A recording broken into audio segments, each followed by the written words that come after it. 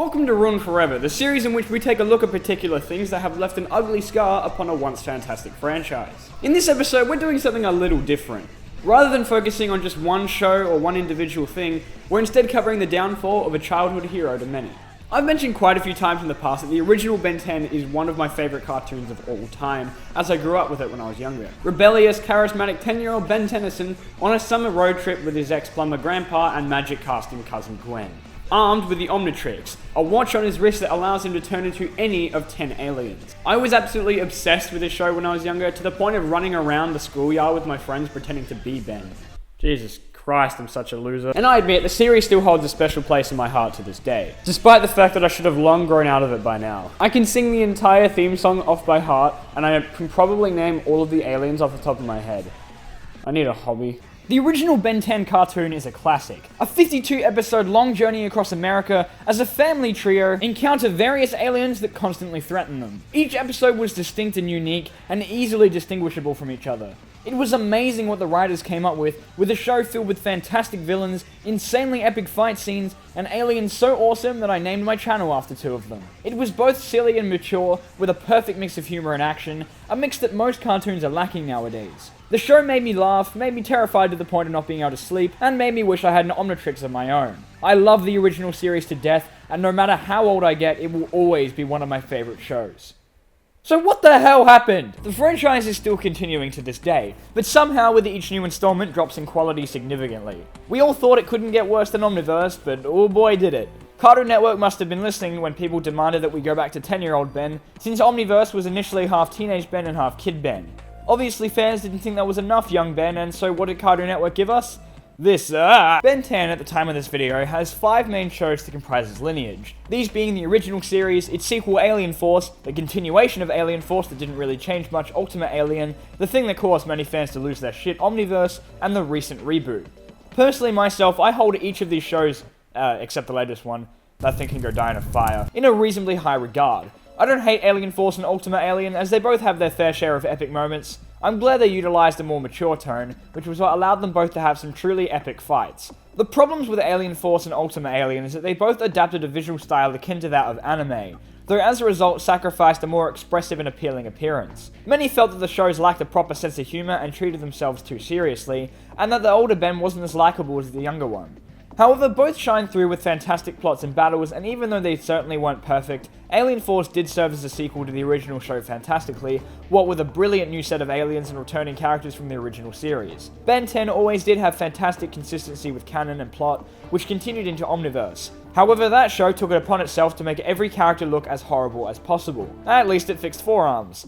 The Alien Force one makes me really uncomfortable. I know this may be an unpopular opinion, but I actually really liked Omniverse. It was lighter on the action, but the sheer amount of aliens and characters in the show made it one that I couldn't help but like, despite the fact that the animation style of it made many old fans throw themselves off a cliff. It's a little late to be talking about Ben 10 Omniverse, as the show has been finished for over 3 years, and the majority of the hate for it has subsided and been replaced with other urges. I don't feel the need to properly defend it, as I do believe many can agree that the show redeemed itself over time, especially with the ending.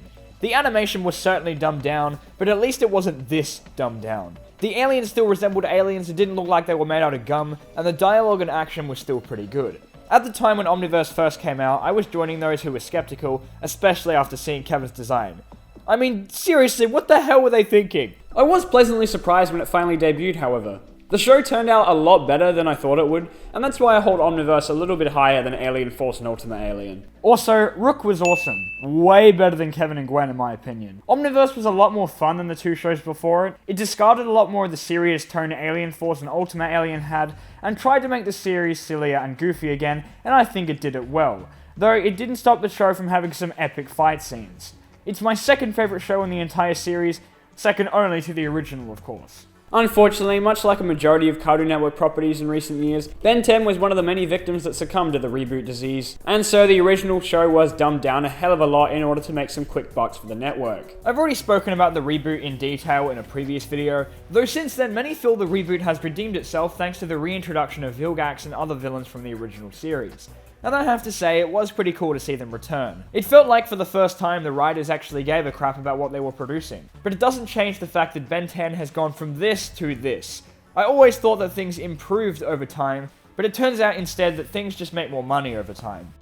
I admit I've begun to like the reboot a lot more after Vilgax's appearance, as it seemed like a proper return to form for the series. Even with the animation style that it has, the reboot can tell a good story. It just chooses not to most of the time. I don't feel the reboot is the worst thing ever, certainly not as bad as some other Cartoon Network reboots, but it is still lacking what made the original and even shows before it so special in the first place. The limited 10-minute episode blocks really withhold any proper plot progression and harshly limit the potential of a linear story. The only exception was the recent season finale, but anything before that was your usual slapstick, lol, random humor style borrowing from most cartoons nowadays, which was what made the reboot suck so much in the first place.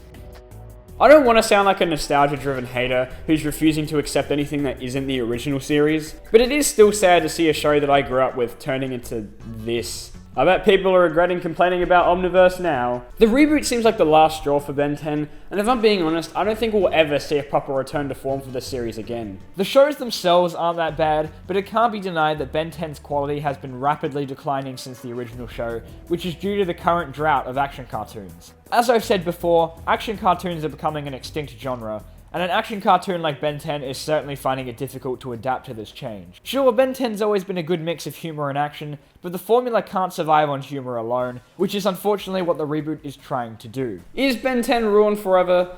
Not necessarily. Though the times have changed, it is a little comforting to see the same basic concept that so many fell in love with back in 2006 remaining relevant to this day, over 10 years later. The new reboot is for a new generation of kids to enjoy. And at the very least, though Ben 10 has certainly decreased in quality over time, at least it's still there.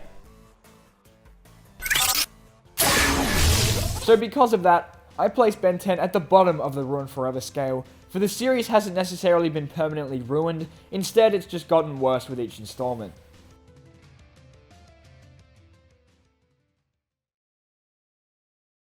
Oh, and let's not talk about the abysmal live-action movie, shall we?